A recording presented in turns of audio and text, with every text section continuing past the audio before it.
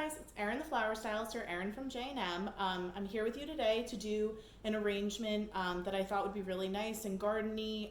It's very spring oriented, and just kind of like the full blossoms that you're going to get around now. And also it's a really high scent bouquet, which I wish you guys could smell it, but guys, unfortunately not in availability yet. So first things I wanted to kind of start out with talking about is the blooms that I've selected. So this is the lilac I selected. Now you're going to see that this variety, it's a local variety. It was actually cut from one of the owners of J&M's houses. So this is like as close to a local grower as we're ever going to get. So this one actually, if you can't tell from the video, has purple with a white outline to it. It's probably one of my more favorite looks. I just love it. It feels so like it has such a beautiful color to it. It has such like a heavy grapey look, and it's just fantastic. Another variety is going to be this deeper plum, which is currently stuck on one of the other ones. This deeper plum color, and that's plum all the way through. So that's just, without the little white stripe on the end. Again, very heavy grape variety. Grape, I just mean like the shape of the flower. It's not really anything to do with grapes, just so you guys know. And then the last one is going to be this classic, very lavendery color lilac that we're going to be working with today. Also with lilac, I have to say I really love this foliage. I think it's a really pretty bright greenery, and it just kind of accents pieces so nicely. You're going to see later on when we're kind of creating this more organic feeling, you're going to really notice that.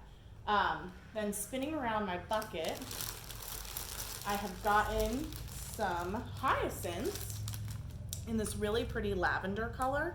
I wouldn't say that lavender is one of the more traditional colors. You more so see like the pale pink and the white varieties, as well as like the Delft blue it's called. But this is a lavender. It's a really beautiful variety, and it just kind of went with like the purple coloring that I wanted to go with. And then just to be a little bit different, I did order in, oh, they smell fantastic too. These are a Majolica white spray rose. This is what I would say is the most often used spray rose that in bridal work, for me at least. I use it constantly. I love it because, I'm going to pull it out of this packaging actually to show you guys. It has, so this morning this was like super tight. It has this beautiful open to it that's just like so organic feeling, and it opens up quickly.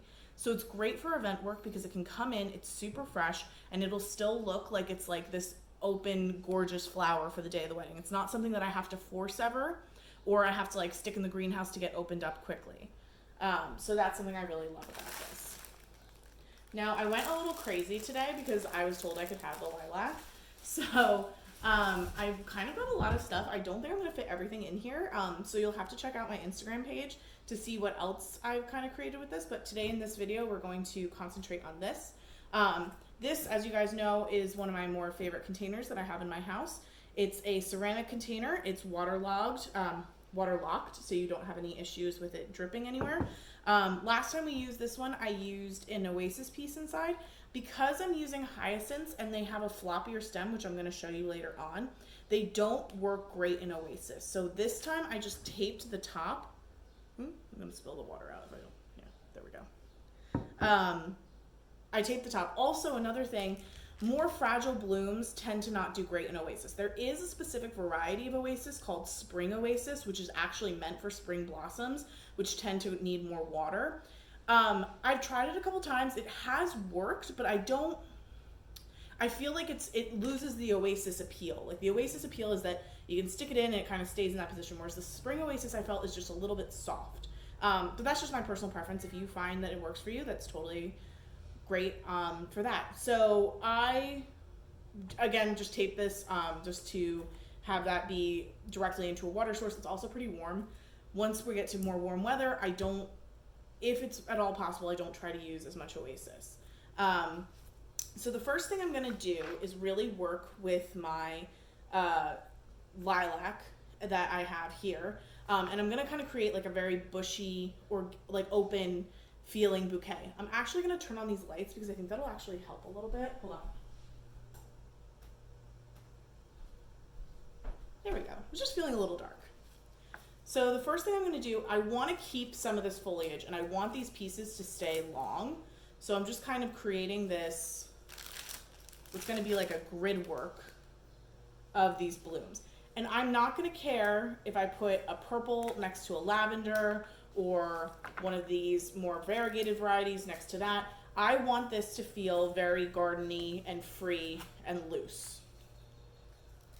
So as I'm going around, I am going to pull anything that's going to have to, any of the leaves that are going to go into the water, you have to pull back. But I'm kind of creating, going around, and I'm just selecting pieces of lavender, or not lavender, I'm sorry, lilac. Woo. Oh, and Pixie decided to join us. Pix, can you move, honey? Please? Sorry, guys, I forgot to do the warning of the pets possibly interrupting. Oh, Pixie, come here. Oh. She wants to be on the camera too, obviously. So what I'm doing here, as you can see, I just kind of struggled with that a little bit, actually. This is a more wooded stem. So you're going to want to use, if you're doing clippers, you're going to want to make sure that they're pretty sharp, as well as your knife if you're using a knife instead. And again, I'm just kind of letting this like I'm not clipping anything off. I want the blooms and the foliage to really determine for me the look of the arrangement. So as you can tell, I didn't get any greens into this piece. Again, that was just because I thought the foliage on the lilac that we had was so beautiful that it just really didn't need it at all.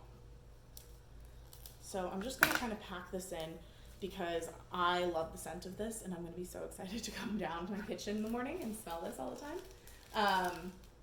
But I will have to actually put it away because I think my mother is coming at some point this week, and she is super allergic to it. So again, another thing to keep aware of for people. So I tend to not really use a lot of lilac in wedding work because it can be really overwhelming to be in a room with like a ton of lilac pieces. Not to say like if a bride wanted it, I wouldn't do it. Of course I would, but most of the time they tend to not use high scented flowers for their guests' comfort level and stuff. But who knows, maybe in this new world where we're gonna do more outdoor weddings and stuff, we'll have more scented flowers. So I'm almost just about done with my lilac going in. And again, I'm just gonna add another stem on this side, and then I'm gonna spin my piece to show you the side that I can see from. So, as you can see, we have a very vast collection. Now that I actually spun it, I saw a little hole. So I'm gonna fill that in. This on its own would be a gorgeous bouquet for me. I did want to show you guys more of a true organic garden technique though. So as you can see, we kind of have this beautiful draping effect that's happening over the edge of the vase, as well as this gorgeous shock of color, which you really, the purples are so hard, I feel, in wedding flowers and stuff, because so many of them have like bluier undertones or like a pink undertone, and in different photography lights, I've actually seen it happen so many times where I know that I put purple flowers in this bouquet, but because of the way the light hit it, it turned completely like a deep burgundy color or a pink or something like that. I would say lilac, being this true purple color, is one of the only ones that I don't think that would happen with. As I mean, of course, if you put like a filter on it, it would look a little bit different. But I love it for that saturation of color. And then the next, so it's again going on with saturation of color. This would be to me like a true purple, whereas this would be a true lilac color. I know it's kind of confusing considering this is lilac and this is not, but I guess pale purple is probably a better term to use for when I'm describing it. These will hold their shade a lot better, and when they're being photographed versus something with more of a pinky or bluey undertone. A lot of the time the roses have that, which is also why I didn't go with purple roses for this. So the next thing I'm going to go into is my hyacinth bunch. And again, just to be careful, some of the hyacinths do leak a bit of a juice thing, and it can cause some people to get really itchy. I know my sister breaks out really bad from it, so I would just make sure to wash your hands after doing it, especially if you're not used to working with this flower. Again, I'm just kind of taking these because as you can see, the hyacinth has like this really great bulb of flower here, and then it's just kind of there. And also I'm saving some of the leaves because again, I want this to feel very like gardeny and have that green movement going through it. So I'm just kind of adding these in.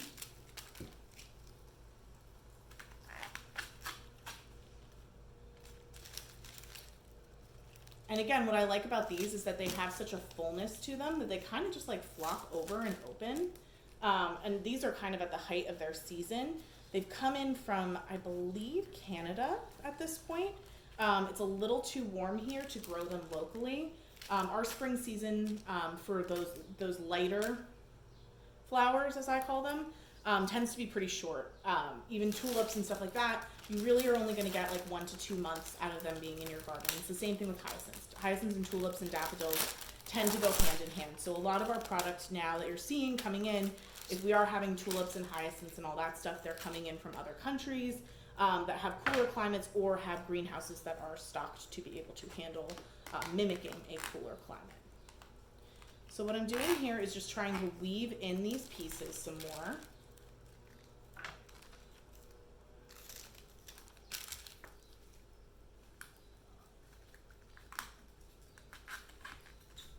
Another color of purple that I find is really hard to do is like a true plum. There's a gorgeous ranunculus, which I will try to get my hands on at some point, that has a very nice plummy color. But again, I've seen it photographed as like a burgundy tone. So it's just like, if you're really worried about your color scheme and stuff like that, I would urge you to make sure that you have your, like, look at your photographer's work and see if they use any sort of filters that change the tones of anything. Or I would urge you to, just for in general, I would urge you to have that discussion in advance saying, you know, no, I really want to make sure that these are coming out purple. I've even seen bridesmaids dresses change complete colors in photography, like versus being in real life. I think my bridesmaids dresses were probably one of the worst ones actually. It was like a tulle bridesmaids dress, and like it was gray, like gray purple maybe. And then it was like super gray in some pictures and then navy in other pictures. It was really weird. So I think I'm debating whether or not I'm going to use my last bunch of hyacinths in here. I think I'm going to go for it. So I want it really full and like super, like blah. That's a technical term, blah. So I am adding the last one. So again, the hyacinths too, now that I'm like looking at them and thinking about this, they come from the bulb plants. So as you can see at the bottoms, that's the top, that's the bulb that they cut directly from. A lot of times, like there used to be a long time ago, apparently, like the first economic, crash was actually tulip based because the tulip bulb pricing got so out of hand. I've always meant to like research this more, and I actually was like thinking of like writing like a history of flowers blog, and so that would definitely have to be in it. But from what I've understood is like the tulip bulbs were just so valued at a certain point that it like led to like this weird bubble that crashed the economy at one point. So that's always an interesting little bit of facts for you. But as like, I mean, any of the bulbs that you get, what's cool about them is that they will come back year after year. You just have to really take care of them. A lot of the times we get questions about like other bulb plants tend to be like amaryllis, which you'll see a lot around Christmas time. Those can come back year after year. You just have to really take care of them and make sure that they go into a definite hibernation period, which once we get more into that season, I will go over that stuff with you guys. It's basically just, I mean, you can look it up too now if you were dying to know. I'm just going to toss these things while I'm here, just to not create such a mess. Okay. So now, as you can see, I have like this really wild, really beautiful purple explosion. And I'm just loving it. I love the scents, I love the smell, like the look of it. It's just so pretty.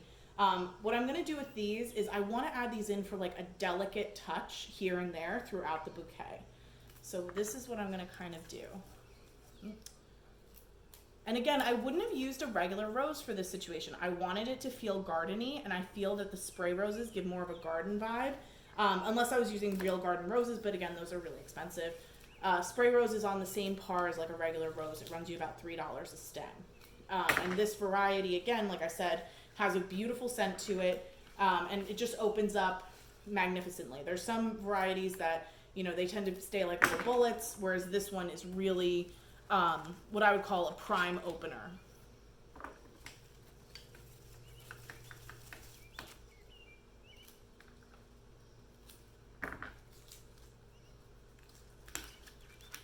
So again, I'm just kind of adding these in as little touches. I don't want the white roses to be an overpowering thing.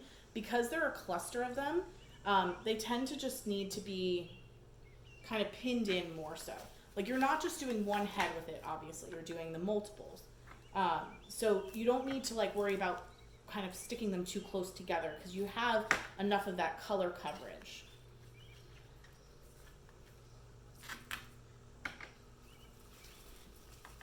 And as I'm stepping back, just to make sure that my balance is still correct, that's an important thing too. Like, sometimes you could be on top of a piece and you're so focused on in individual parts that you're not seeing the overall picture. It's always good to take a step back with everything and look at it from there. Even sometimes I'll have people in my classes that we do at J&M say like, oh my God, I hate this arrangement that I'm working on and stuff like that. And like, oh, it's not as good as yours and whatever. And it's just like, okay, take a step back from it, go get a cup of coffee, and then come back to it. Like, when you're in it, sometimes you can't like be an impartial judge of your own work. And I feel that way too. A lot of the times, like sometimes I'll be designing a wedding or something like that, and I just have to walk away from it because I just can't wrap my head around something, or I can't figure something out where I just really want to figure it out, and then it'll just click to me like while I'm like in the middle of, you know, eating my lunch or something. So we're adding in some more of these, and I'm going to spin this again for you guys just so you can see kind of this side, and I can start working more on my other side. It's kind of good as having the camera because then it kind of gives you like the depth perception too. Kind of interesting. Maybe I'll have to record myself doing all my flower arrangements now.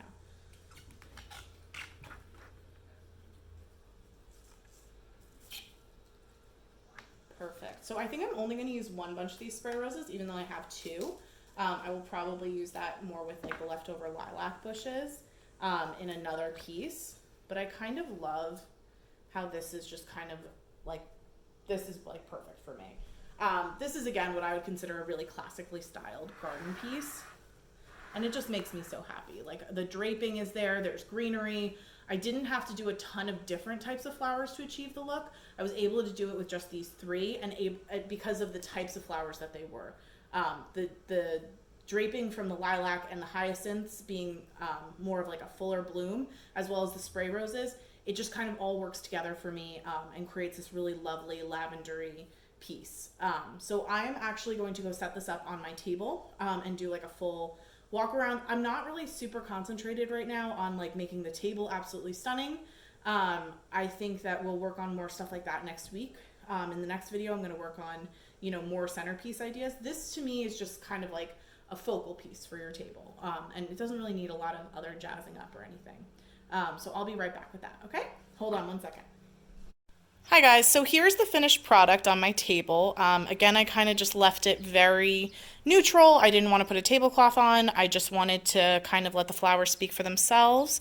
And I accented it with just some of the candles. Again, I wanted this to feel like a very casual arrangement. I didn't want this to feel too formal or anything like that. So you're going to be able to see as I'm spinning.